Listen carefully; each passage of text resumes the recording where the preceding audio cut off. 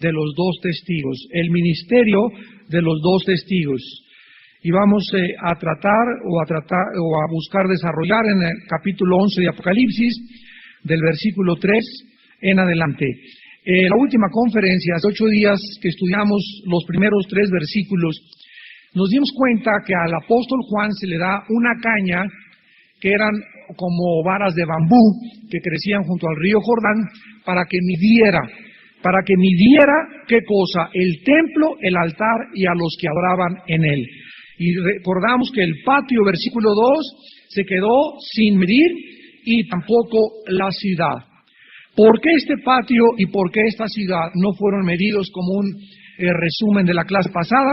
Porque en el tiempo en el que estamos nosotros ya estudiando, el anticristo estará al control total y absoluto de la ciudad de Jerusalén. El gobierno de Israel y otros gobiernos a nivel internacional se habrán ya rendido al dominio y al control del gobierno del anticristo. En otras palabras, habrá un solo gobierno. Tal vez este solo gobierno o este bloque de naciones acumulará o reunirá a muchas de Europa y a muchas del Medio Oriente. Como sabemos que el anticristo no va a reinar internacionalmente en todo el mundo, porque de acuerdo a la Biblia se mencionan 4 bloques de naciones en los tiempos del anticristo. Tenemos a Europa y tenemos al Medio Oriente en una unión, en una fusión de bloques, donde dicen Daniel que el barro y el hierro se unirán por medio de alianzas, aunque no se mezclarán. Tendremos también la unión de los países del Medio Oriente en Apocalipsis 16, que se les conoce como los reyes del Oriente. Tenemos en Ezequiel 38 invasión de Gog, que viene de Rusia, junto con Etiopía, junto con Libia, junto con Siria y otras naciones también árabes en contra de Israel.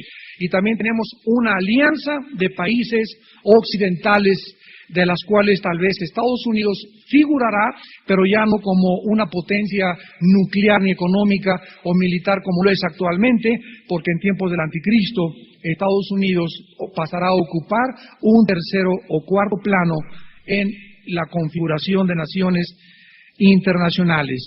En esta noche vamos a comenzar a estudiar en el versículo 4 la identidad. Vamos a tratar de ver lo que la Biblia nos enseña acerca de estos 2 siervos de Dios llamados los 2 testigos, que serán ungidos con un poder sobrenatural.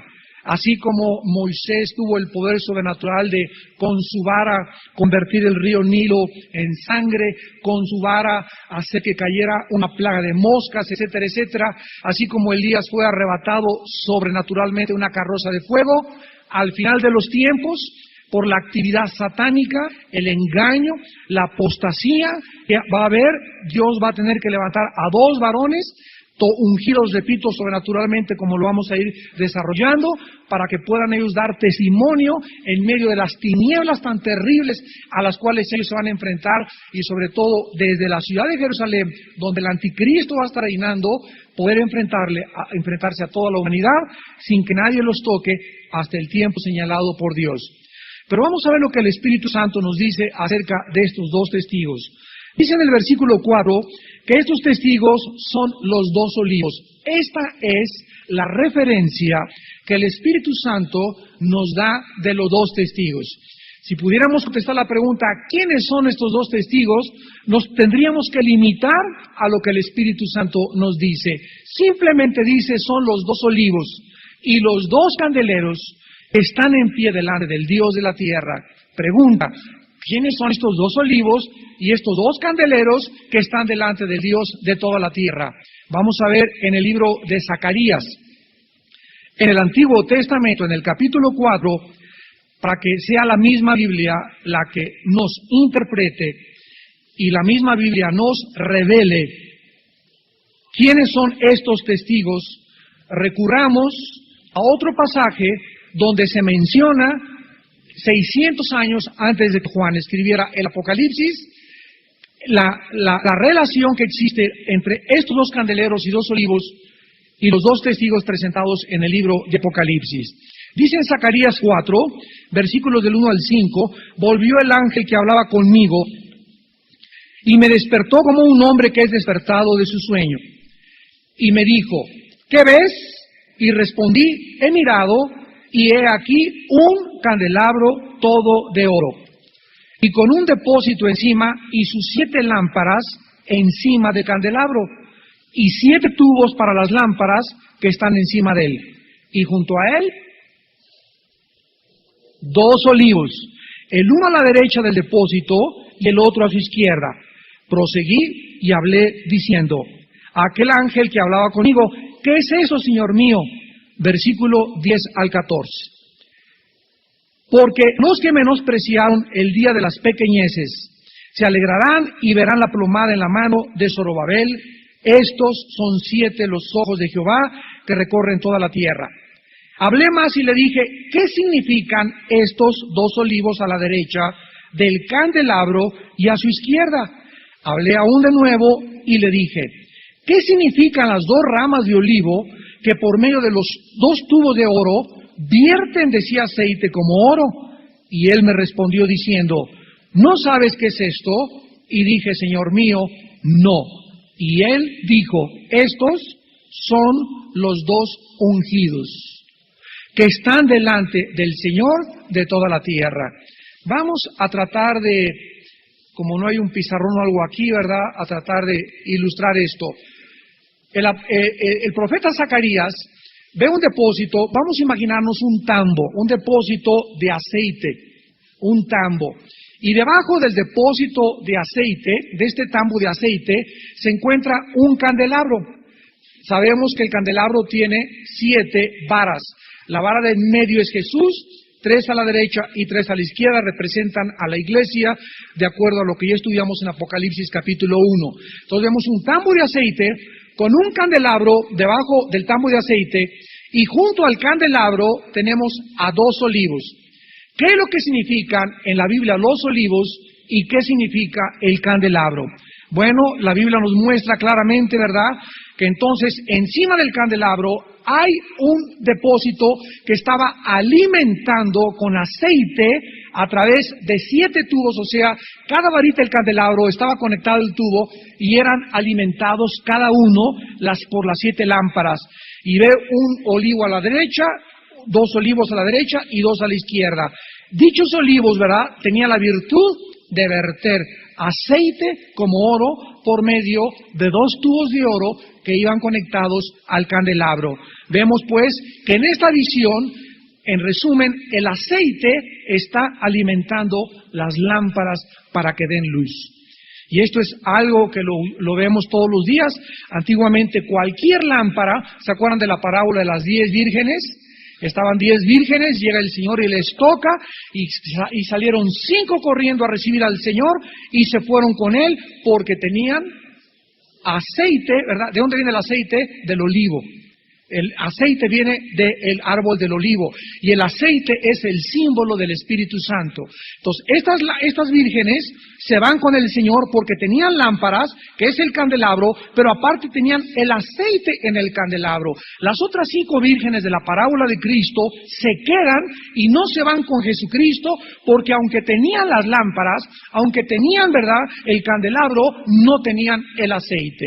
Entonces tú así puedes ser una persona que traigas la Biblia representa la luz, representa el candelabro, es la única luz que tenemos en lugar oscuro, pero si esta Biblia no está ungida, si esta Biblia no tienes tú la unción de Dios dentro de ti, no tienes el aceite del Espíritu Santo dentro de ti, tú puedes predicar la Biblia y puedes enseñar la Biblia, pero lo que tú enseñas es letra muerta, que no tiene vida, porque lo que le da vida es el Espíritu de Dios.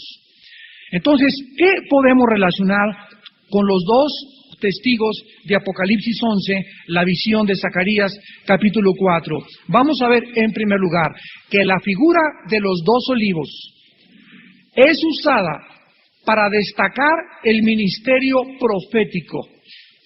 El ministerio profético de estos 2 testigos, repito, porque el olivo es el símbolo del Espíritu Santo.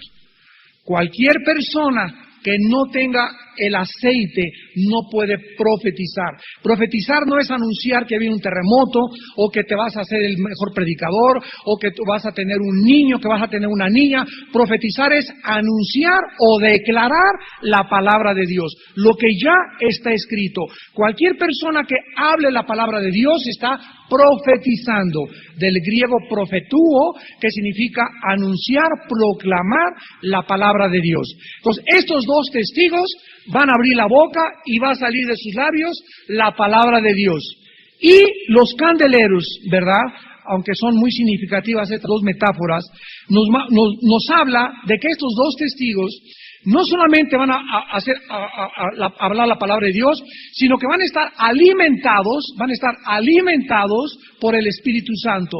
El Espíritu Santo nos habla del ministerio de alumbrar, como candelero puestos para arrojar la luz espiritual en medio de tantas tinieblas satánicas que caracterizarán el tiempo de sus ministerios. Entonces, estos dos testigos es la culminación que parar y predicar y anunciar y ser cristiano y conocer la palabra de Dios, sino que diario necesito mi luz estar alimentada por el aceite del Espíritu Santo. Diario tengo que conectarme al Espíritu Santo para que el Espíritu Santo pueda vertir su aceite en mí, que se llama la unción, me pueda habilitar, me pueda capacitar para poder hablar, para poder enfrentar al mundo, para poder dar testimonio, para hablar con sabiduría al enfermo, en el funeral, en Navidad, a mi familia, porque sin esta unción diaria, en la cual Él nos tiene que bañar, nuestro ministerio profético sería inefectivo. Lo podríamos hacer en la pura carne. Y esto lo podemos ver también, ¿verdad?, con los dones espirituales. Una de las formas como el apóstol Pablo enseñaba verdades era a través de preguntas. O sea, a través de preguntas se puede enseñar la verdad. Y esto lo vemos en 1 Corintios 12. Cuando acaba de escribir los dones del Espíritu Santo, pregunta al final, ¿son todos apóstoles? El apóstol Pablo estaba esperando, o el Espíritu Santo, que contestara a la iglesia. ¿Son todos apóstoles? ¿Cuál es la respuesta? ¿No? ¿Son todos profetas? ¿Hablan todos lenguas? Me acuerdo que en un seminario una muchacha me dijo, no sé. Y le dije, ya ves, cuando hay prejuicios en la teología y queremos que la Biblia se adapte a mi teología y no dejamos que la Biblia nos cambie nuestros prejuicios, es cuando comenzamos a desviarnos de la palabra de Dios. La respuesta es no todos hablan lenguas.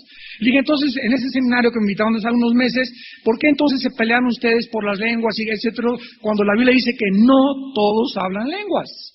Y que no todos son apóstoles, y que no todos tienen dones de sanidad, y que no todos tienen esas cosas. Entonces, cuando dejamos la Biblia, que ella sea la que nos enseñe, y yo no vengo a la Biblia con mis ideas preconcebidas, y entonces para que haga decir lo que yo pienso, la tuerzo, comenzamos a salirnos y a desviarnos de la verdadera espiritualidad. Muy bien, ahora, estos testigos, ¿quiénes son? Ya vimos que son dos hombres dotados con un ministerio profético y con la unción sobrenatural como jamás tal vez ningún cristiano la había tenido desde los tiempos del apóstol Pablo para profetizar en tiempos del anticristo. Aun cuando no podemos ser dogmáticos en cuanto a la precisa identidad de quiénes son estos dos testigos, existen varias razones que he tratado de exponer para que nosotros podamos ver y aclarar ciertamente que, repito y enfatizo, aunque no podemos ser dogmáticos, la mayor parte de los estudiosos de la Biblia creen que van a ser Moisés y Elías. Y vamos a ver por qué. En primer lugar, los milagros que van a realizar. Dice el versículo 5 que si alguno quiere dañarlos, sale fuego de su boca. Además, pueden destruir a sus enemigos con fuego, van a detener la lluvia, versículo 6, tienen el poder para cerrar el cielo, van a convertir el agua en sangre y van a azotar la tierra con plagas.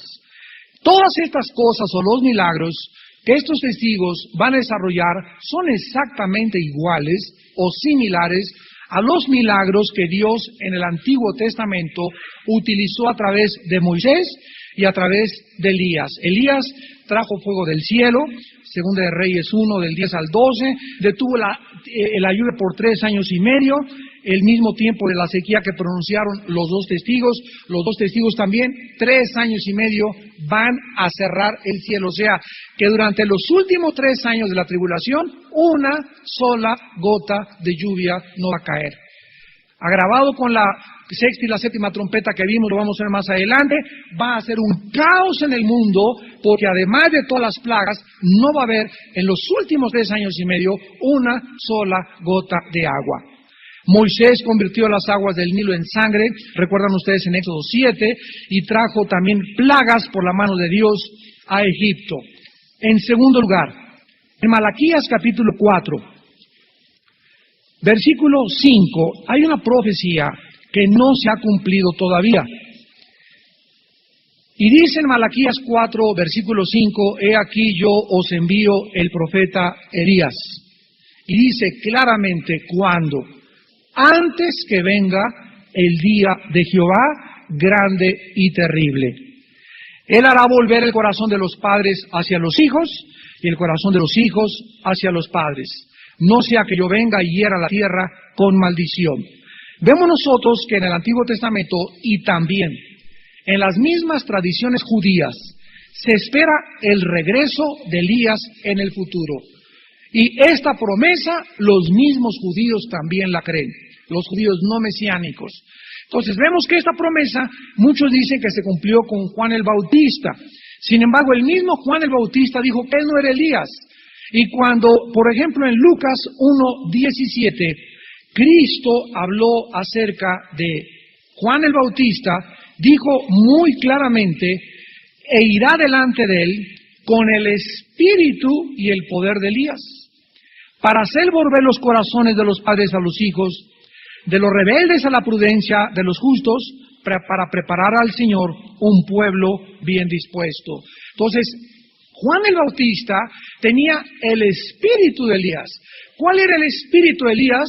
El Espíritu Santo. O sea, el mismo espíritu, la capacidad que el Espíritu Santo le dio a Elías, se la dio también a Juan el Bautista. El valor de Elías lo tenía Juan el Bautista. Y vemos una similitud entre los dos ministerios de Elías y de Juan el Bautista.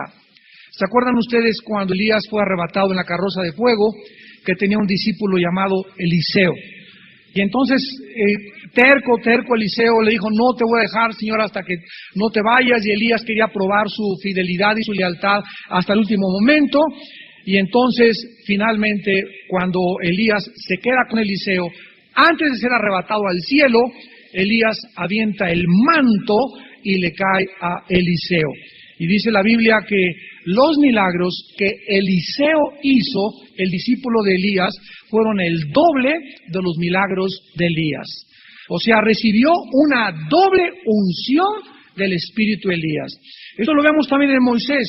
Una vez Moisés estaba profetizando y entonces dice la Biblia que el espíritu de Moisés cayó sobre el espíritu de los ancianos de Israel y comenzaron todos a tener la sabiduría que tenía Moisés para administrar, organizar y ordenar el pueblo de Dios. Entonces, esta transferencia de espíritu, de autoridad, también la encontramos en el Nuevo Testamento. Y Pablo le dijo a Timoteo, no pongas las manos sobre nadie con ligerez. O sea, no es, ¿verdad?, enchiladas, ni es cosa de chiste llegar y en el nombre de Jesús, y en el nombre de Jesús, y te pongo las manos, etcétera, etcétera. Sobre todo cuando se trata de transferencia de autoridad y poder espiritual. Por ejemplo, al ordenar un pastor, con toda la solemnidad del mundo, ponemos nuestras manos, y en ese momento, aunque nadie lo ve ni nosotros tampoco, hay algo de los pastores que le transmitimos a los que estamos ordenando, que es la autoridad y el poder que Dios nos da para poder presentarnos delante de Dios. Entonces, esta transferencia de autoridad se tiene que hacer con mucho cuidado, de acuerdo a Pablo, a Timoteo, y con mucha seriedad. Bueno, estos dos testigos tendrán esta unción de Dios. En tercer lugar, tanto Moisés como Elías, uno representa la ley, Moisés, Elías, a los profetas. Cuando Cristo le habló a 3 de sus discípulos en el monte de la transfiguración, Mateo 17, y de repente sus vestidos fueron blancos como la lana, y hubo una aurea tremenda de Cristo, y los discípulos se quedaron ahí maravillados en lo que se conoce como la transfiguración. En ese momento, junto a Cristo aparecieron Moisés y Elías. Recuerdan ustedes que Elías no murió. Elías fue sacado del planeta Tierra sobrenaturalmente en una carroza de fuego. Y el cuerpo de Moisés nadie lo enterró, porque solo Dios sabe en dónde lo puso, cómo lo sacó y cómo lo levantó. Por eso vemos que en Judas Satanás quería contender con el arcángel Miguel por el cuerpo de Moisés, tal vez para extraer sus genes o convertirlo en reliquia o hacer de Moisés un ídolo al pueblo judío. Pero esta transformación que tuvo Cristo en el monte de la transfiguración nos habla, ¿verdad?, que era una anticipación de su segunda venida, porque les dio este vislumbre profético a 3 de sus discípulos nada más, no a los otros, a los otros 9, sino que solamente a 3 discípulos les permitió transfigurarse para que lo vieran en un adelanto de su gloria, como iba a venir en su segunda venida. Entonces parece ser también por esta razón que Moisés y Elías vendrán y le volverán a preparar el camino a Cristo. En cuarto lugar, tanto Moisés como Elías se fueron de este mundo de una forma diferente. Elías nunca murió, fue transportado, Segunda de Reyes capítulo 2, y Dios entierra sobrenaturalmente el cuerpo de Moisés. Ahora, hay en Hebreos un texto en 9:27 que dice, está establecido a los hombres que mueran una sola vez y después el juicio. Y hay muchas personas, y muy válido, ¿verdad?, que digan, bueno, aquí está estableciéndose que los hombres mueren una sola vez y después el juicio.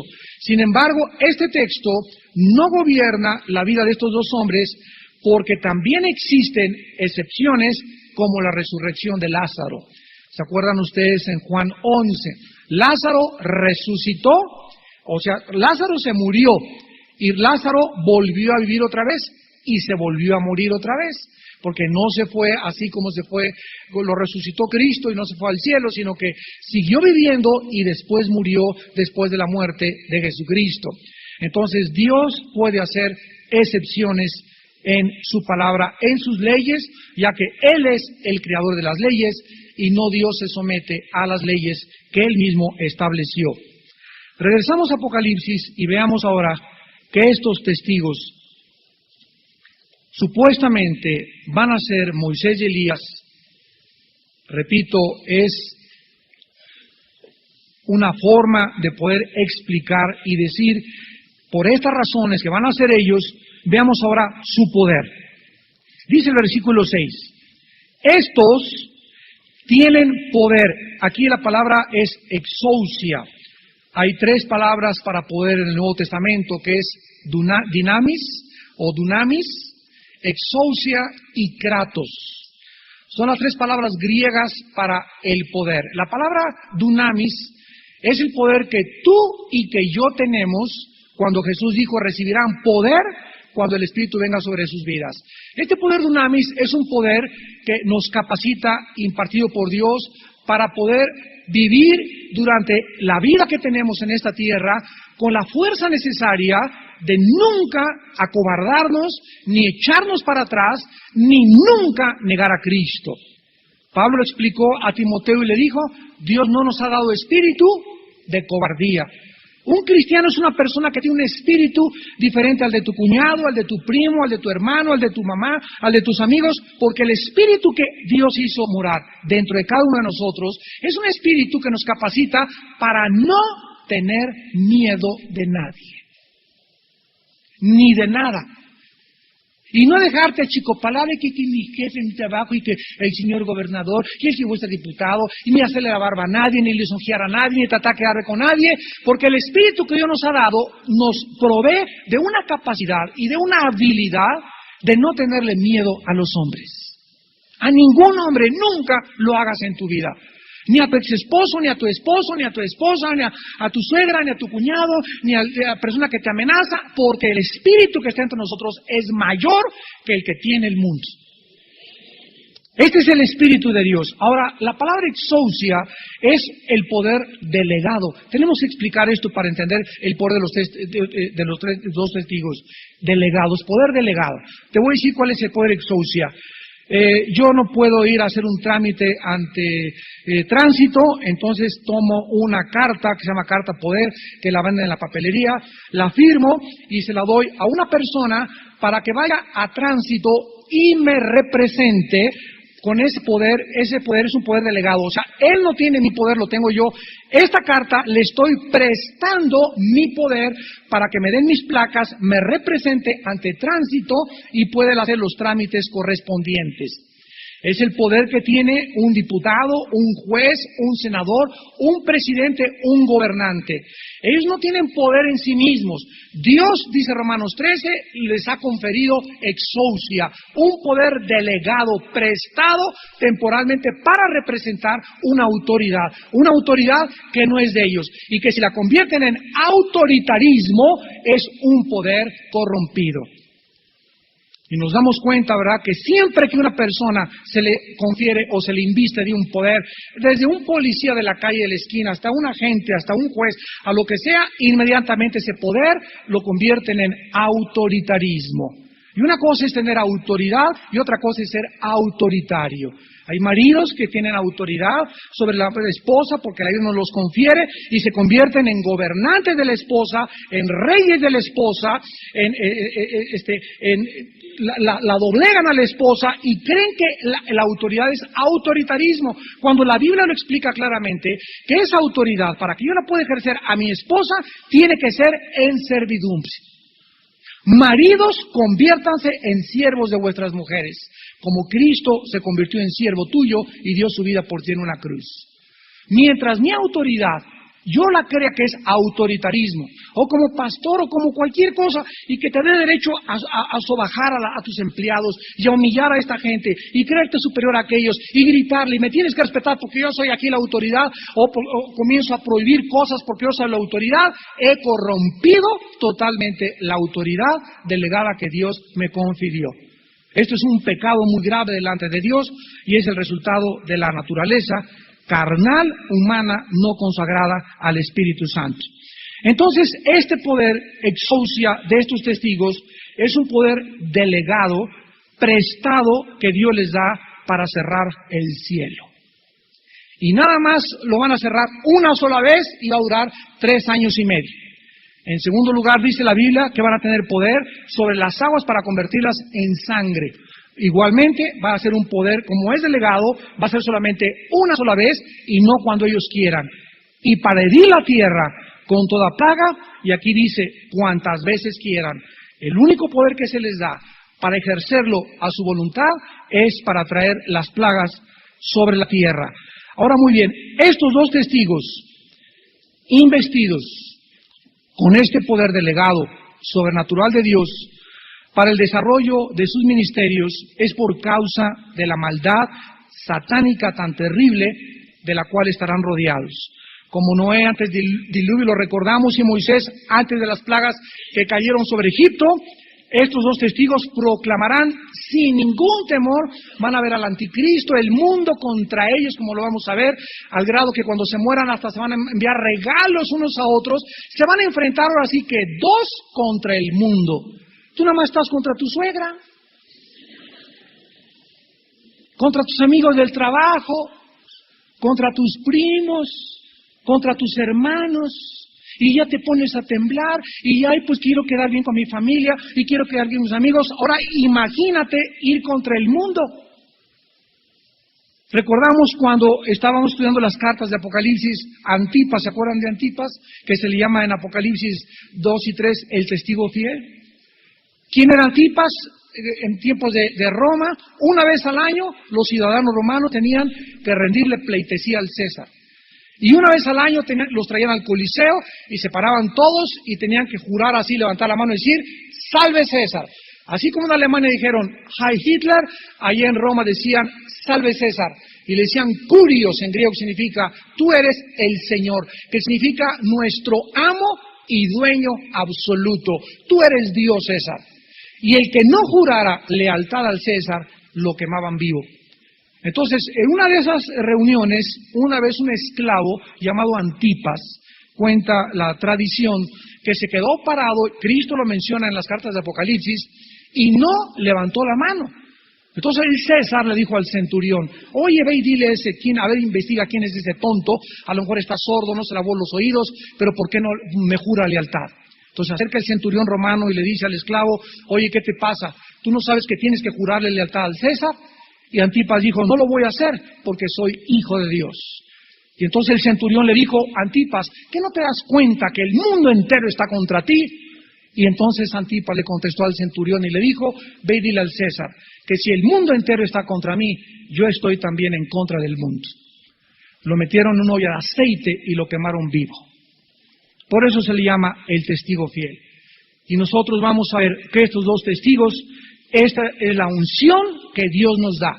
¿Cuántos hombres en el Coliseo Romano se enfrentaron al mundo, al César, a los leones, a los animales, a las bestias rapaces, crueles, sanguinarias, a las antorchas humanas en las cuales se convirtieron?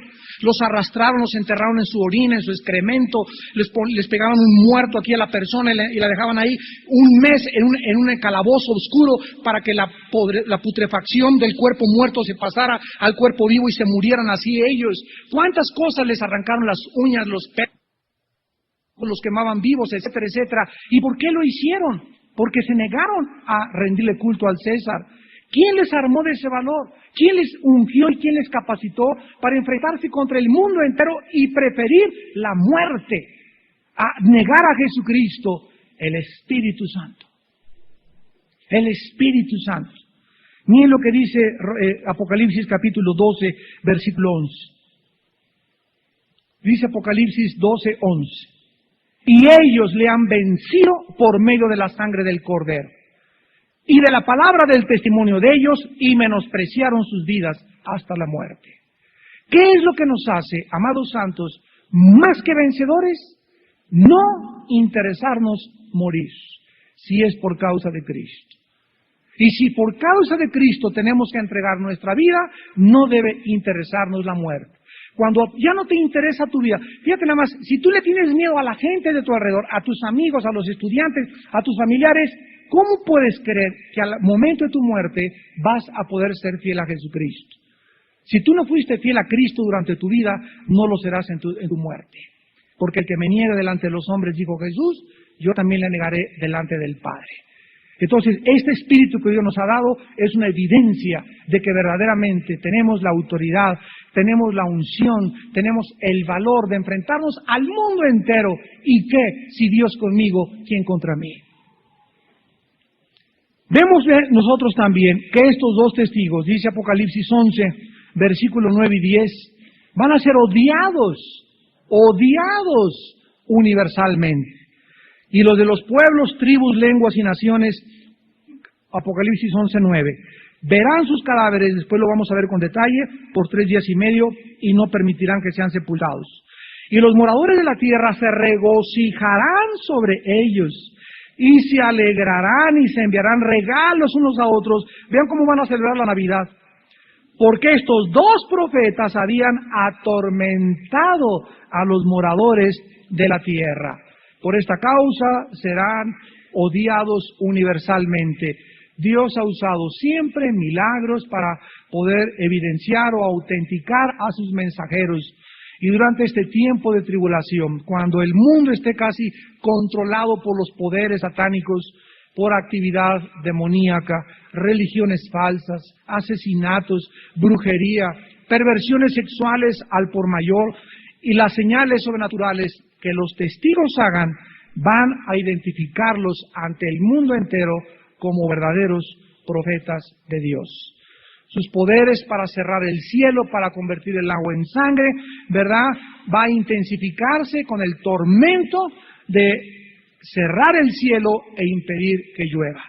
¿Se acuerdan ustedes la tercera trompeta en Apocalipsis 8 del 10 al 11, que envenena la tercera parte del agua potable de la tierra? ¿Recuerdan ustedes? Ahora, si le añadimos que en la tercera trompeta, la tercera parte del agua está envenenada, y le añadimos que va a haber 3 años y medio de sequía, vendrá una sequía tan enorme durante 3 años y medio que dure el ministerio de estos 2 profetas, ¿verdad?, que se van a añadir a los sufrimientos de los seres humanos. Además, dice la Biblia en Apocalipsis 11:6, que tienen el poder de convertir el agua en sangre. Dios también le dio este poder, como lo vimos ya, a Moisés. Ahora, en el versículo 7 de Apocalipsis 11, la Biblia nos habla su muerte. Cuando hayan acabado su marturía, en el griego, su testimonio. Cuando hayan acabado su testimonio. Esto nos llena de aliento, seguridad y valor. De acuerdo a la Biblia, nadie nos podrá poner una mano. Nadie te puede matar a ti. Nadie me puede matar a mí más que con el permiso de Dios y cuando llegue nuestra hora. Hasta que acabe su testimonio. O sea, durante 3 años y medio van a intentar, ya lo vimos, matarlos, y los que los quieran matar, ellos van a ser como una maldición que se les va a revertir y ellos van a morir. Como dice en Isaías 54:17, ninguna arma forjada contra ti prosperará. Dios le dijo a Josué, nadie te podrá hacer frente durante todos los días de tu vida. Pues estos 2 testigos, hasta que acabe su testimonio, ¿quién los va a matar? La bestia que sube del abismo. Hasta que no lleguen con su testimonio al destino establecido por Dios, estos 2 testigos serán invulnerables e intocables. El mundo va a tratar desesperadamente de librarse del tormento de su predicación. Imagínense a qué grado va a llegar esta humanidad, que ahorita ya estamos viendo los síntomas por todos lados. ¿A dónde va a llegar esta humanidad? A un punto donde van a quedar solamente 2 personas en el Medio Oriente. Y cada vez que prediquen será como agua hirviendo, como un fuego que, como dice la Biblia, la palabra de Dios es como un martillo que quebranta la piedra, es como el fuego que todo lo consume. La gente no va a poder soportar y nadie los va a poder matar.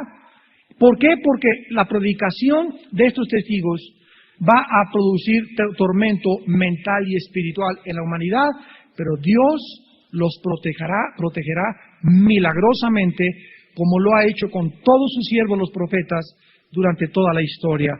Vean un solo ejemplo en Hechos 18 con el apóstol Pablo. El apóstol Pablo había salido de Atenas, llega a Corinto y estaban tratando de matarlo. Le levantaron ahí, dice la Biblia, que discutía en la sinagoga y persuadía a los griegos y a los judíos. Y en el versículo 9 y 10, Hechos 18, 9 y 10, Pablo se encontraba, repito, pues atemorizado en su humanidad, como tú y como yo muchas veces, y ay Dios mío, mañana voy a enfrentar esto, o tengo que hablar con esta persona, me puedo correr de mi trabajo, diferentes temores. Y entonces Dios se le aparece a Pablo y le dice en visión de noche, no temas, sino habla y no calles, porque yo estoy contigo, y ninguno pondrá sobre ti la mano para hacerte mal, porque yo tengo mucho pueblo en esta ciudad. Y se detuvo allí 1 año y 6 meses enseñándoles la palabra de Dios. Cuando fundó la iglesia de Corinto, Pablo, 1 año y medio se quedó ahí. Pero él necesitaba el aliento de la palabra de Dios que le dijera, no tengas miedo. Nadie te puede poner una mano porque estás cumpliendo mi voluntad. Nosotros ya no necesitamos una visión de Dios, ni una aparición de un ángel, porque la Biblia ya está completa y ahora tenemos ya este consejo de Dios y esta consolación de Dios en su palabra en el nuevo pacto. Así que Dios te dice en esta noche, no tengas miedo de nadie. Yo estoy contigo.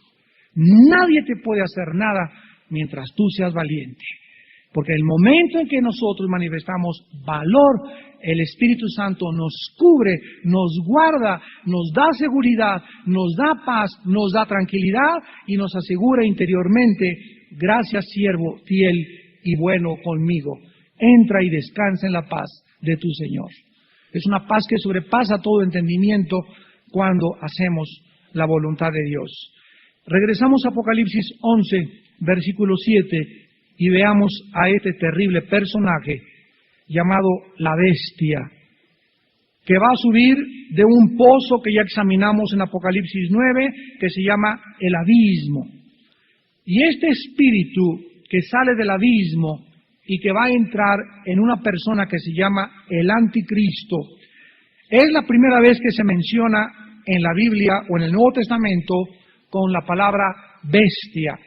El apóstol Juan, en 1 de Juan 2, ya lo mencionó con el nombre del anticristo. Pero aquí se le menciona con la palabra bestia por una razón. La palabra bestia en el griego es terión, terión. Y es un término que designa a un animal de presa, a un animal que posee un apetito voraz, a un carnívoro semejante a un león o a una pantera. Por ejemplo, nunca usa la Biblia la palabra bestia para un gatito, para un patito, para un conejito, ¿verdad? Son animalitos domésticos. Hay bestias y hay animales domesticados. Las bestias son la pantera, el león, los depredadores, etcétera, etcétera. Un ser de violencia irracional que actúa según su propia y cruel naturaleza. Entonces el Espíritu Santo utiliza un término de un animal voraz, sanguinario, depredador, rapaz, para poder identificar la naturaleza que tendrá el anticristo. Ahora es interesante que se mencione que esta bestia va a subir del abismo. Ya estudiamos el abismo, pero esto implica que el anticristo va a ser una persona poseída no por Satanás. Vuelvo a repetir, porque en Apocalipsis 13, como lo vamos a ver más adelante, Satanás le da su autoridad al anticristo, le da su trono, pero no es él el que entra, sino que le entrega, le delega los poderes que él tiene a través de esta bestia que sube del abismo. Ahora, esta bestia que sube del abismo, ¿quién es? Esto nos habla, como lo hemos venido estudiando, que hay prisiones o subterráneas en el planeta Tierra, no en un planeta ni una estrella. Aquí en este planeta, la Biblia dice que en el centro de la Tierra está el infierno. Cerca del centro de la Tierra, o tal vez a un ladito, está el abismo. Después hay otro lugar aquí en el centro de la Tierra, no lo conocemos, que se llaman prisiones, dice Judas, de obscuridad, donde se encuentran los ángeles. En otros se encuentran los demonios mezclados con ángeles, y en el infierno nada más hay espíritus humanos. En el infierno no está Satanás, él está vivito y coleando por allá, cerca de tu casa, pero en el infierno solamente hay espíritus humanos. Ahora bien, este principado satánico, ¿verdad? Porque vemos nosotros que no va a ser un demonio, sino un principado satánico. Este principado satánico son aquellos que están cerca de Satanás, o sea, dice Efesios 6:12 que hay gobernantes, que hay principados, que hay huestes espirituales, o sea, está Satanás, los príncipes de Satanás, los gobernantes de Satanás y las huestes espirituales que son los demonios. Los demonios son diferentes a los ángeles caídos. Una cosa son los ángeles caídos, otra cosa son los demonios. Entonces, esto que va a entrar en el anticristo no va a ser legión ni 6,000 demonios, va a ser un solo principado. O sea, uno de los subalternos de Satanás que se encuentra ahorita guardado en el abismo. Y si está guardado en el abismo significa que fue ahí guardado o encerrado, porque en el pasado este mismo principado satánico ya poseyó a otro personaje de nuestra historia. Tal vez he leído algunos libros, unos creen que poseyó a Antíoco Epífanes, otros a Nerón, otros el que estaba en Adolfo Hitler, etcétera, etcétera. Cualquiera que haya sido los personajes que anteriormente persiguieron a los cristianos, este principado va a salir, va a entrar en el anticristo y va a ser el que venza a los dos testigos. Esta bestia no es Satanás, repito, a Satanás se le llama el dragón y está suelto. Satanás no está en el abismo, y aunque el anticristo será un ser humano, estará energetizado por este ángel caído que sale del abismo. Ahora, dice aquí que esta bestia hará guerra, polemos en el griego, es una batalla continua. los va a tratar de matar, los va a perseguir, los va a chantajear, etcétera, etcétera. Esta palabra guerra nos habla de algo que va a durar algunos meses o años y va a lanzar una campaña de exterminio contra estos dos testigos y es probable que tendrá éxito porque estos dos varones de Dios, finalmente, cuando el tiempo de Dios termine, Él podrá tener la capacidad de hacerles daño. Ahora, veamos esta verdad de que el anticristo los va a vencer y los va a matar. ¿Cómo que los va a vencer y los va a matar? Así es, los va a vencer físicamente. Como el diablo venció físicamente en el Coliseo Romano, como venció a este hombre que mencionamos también, Antipas, pero sin embargo la Biblia nos dice que para nosotros el morir es ganancia. Cuando Cristo murió en la cruz, Satanás lo tropezó. Le mordió el talón y lo hizo tropezar de acuerdo a la profecía de Génesis 3:15. Pero cuando Cristo resucitó de los muertos, el susto que se llevó Satanás. Si Satanás hubiera sabido que Cristo iba a resucitar de los muertos, no le hubiera quitado la vida. Porque lo que era una señal de derrota, de victoria para el poder de Satanás y el reino de Satanás, se convirtió en la más grande victoria de todo el universo, la resurrección de entre los muertos. Y lo mismo resultará como lo vamos a ver con los dos testigos, porque los va a avanzar y los va a matar, pero Cristo a los 3 días, lo vamos a ver más adelante, los va a resucitar y el susto que se van a llevar. Pero veamos algunos pasajes, primero en Daniel 7, donde ya se profetiza que el anticristo va después a perseguir a los santos y los va a matar. Muchos de ustedes que nos escuchan en esta noche, a través de la televisión también, tal vez sean algunos de esos mártires que vayan a morir de manos del anticristo. Y si es así, sería el más grande privilegio que Dios nos pudiera otorgar. No a todos se les concede morir como mártires. Dice en Daniel 7:21, y veía yo que este cuerno hacía guerra contra los santos y los vencía. Vayamos a Apocalipsis ahora. Y dice aquí en Apocalipsis 12, versículo 17, entonces el dragón se llenó de ira contra la mujer y se fue a hacer guerra contra el resto de la descendencia de ella, los que guardan los mandamientos de Dios y tienen el testimonio de Jesucristo. Apocalipsis 13, versículo 7. Y se le permitió hacer guerra contra los santos y vencerlos. También se le dio autoridad sobre las tribus, pueblos, lenguas y naciones. Vamos a ver en la próxima clase, cuando estudiemos esto, el tipo de autoridad que el anticristo tendrá contra la humanidad. Para terminar, los moradores de la tierra considerarán a estos dos hombres de Dios superungidos por el Espíritu Santo como los enemigos públicos número 1. Ya no va a ser Al Capone, ni los narcos, ni los cárteles, sino van a ser, imagínense nada más, qué irracionalidad de la humanidad. Los dos únicos hombres coherentes, los dos únicos hombres santos, los dos únicos hombres que pueden cambiar para el bien la humanidad y las familias, el mundo entero los va a odiar. Así como hace 2000 años, el único hombre que valía la pena, llamado Jesús, lo crucificaron como un vulgar criminal. ¿Qué demuestra esto? La irracionalidad y la perversidad degradante de la naturaleza humana.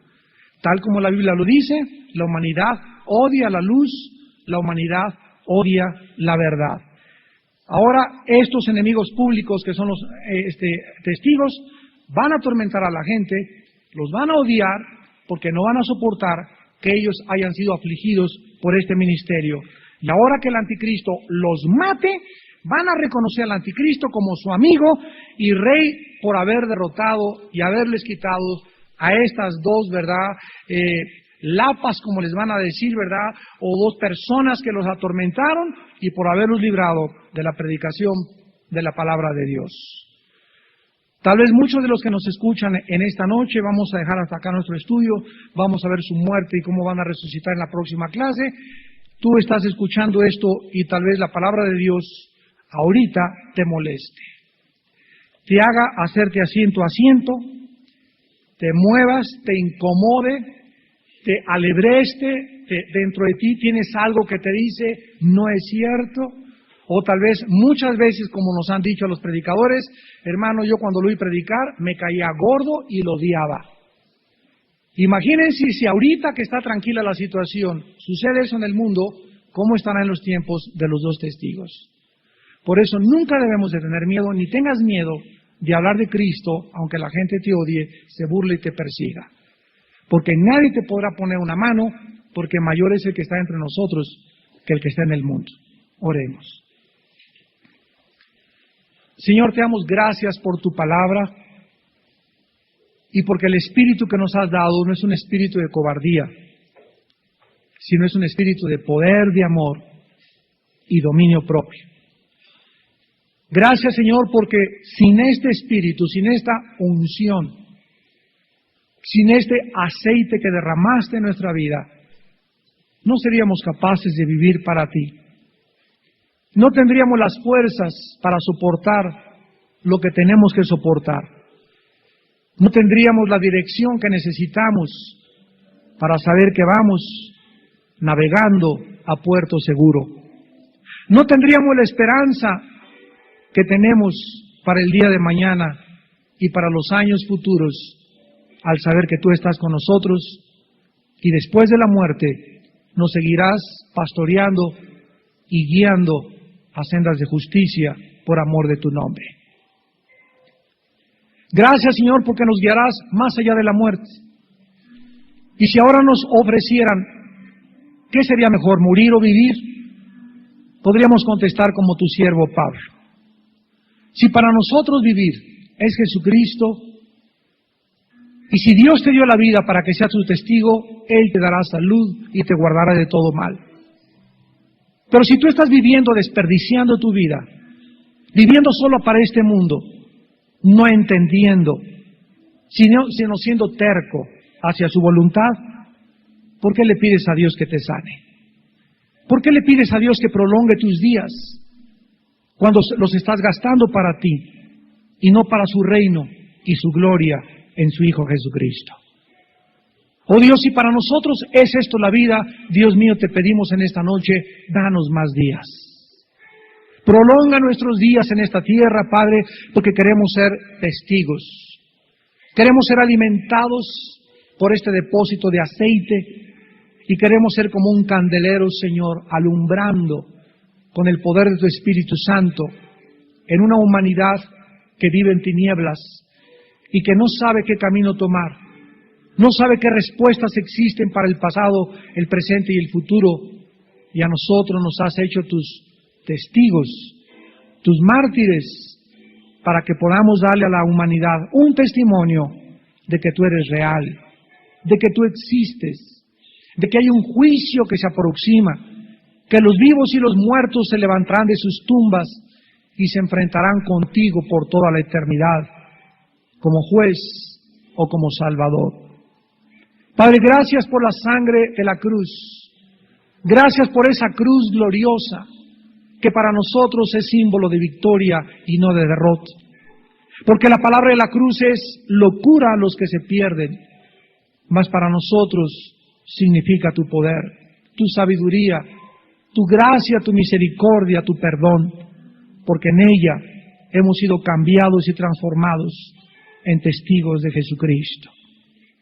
En esta noche Dios a muchos de ustedes les invita a venir a esta cruz, a que hagan la paz con Él, a que te reconcilies con Él, a que creas que Jesús es el Mesías, la respuesta de Dios a tus problemas. Cristo es lo que tú esperas en tu vida, la verdad y el camino. Jesús se va a convertir en el todo de tu vida. Si tú en esta noche abres tu corazón y le invitas a tu vida como Señor y Salvador, antes de que el mundo se endurezca más y a ti te arrastre en esta vertiginosa espiral de inmoralidad en que vive el mundo, de degradación, de corrupción, de mentiras, de hipocresía, porque el mundo irá de mal en peor. Pero el camino del justo será como la aurora, que irá en aumento hasta que el día sea perfecto. En esta noche las personas que quieran venir a la cruz por primera vez, ahí desde donde nos estás viendo, por la televisión también, donde quiera que te encuentres, ahí donde tú estás, dile a Dios: Señor mío y Dios mío, perdona mis pecados, me arrepiento de mi vida, creo que en la cruz Cristo murió en mi lugar y dio su sangre para perdonarme y lavarme de mis maldades. Creo que a los 3 días le levantaste de entre los muertos y te pido, Jesucristo, tú que vives y que venciste la muerte, el infierno, a Satanás y al pecado, que entres a mi vida en este instante. Te recibo como mi Dios y mi Salvador personal. En el nombre de Cristo, te adoro y te bendigo, eterno Padre. Amén. Todos ustedes en esta noche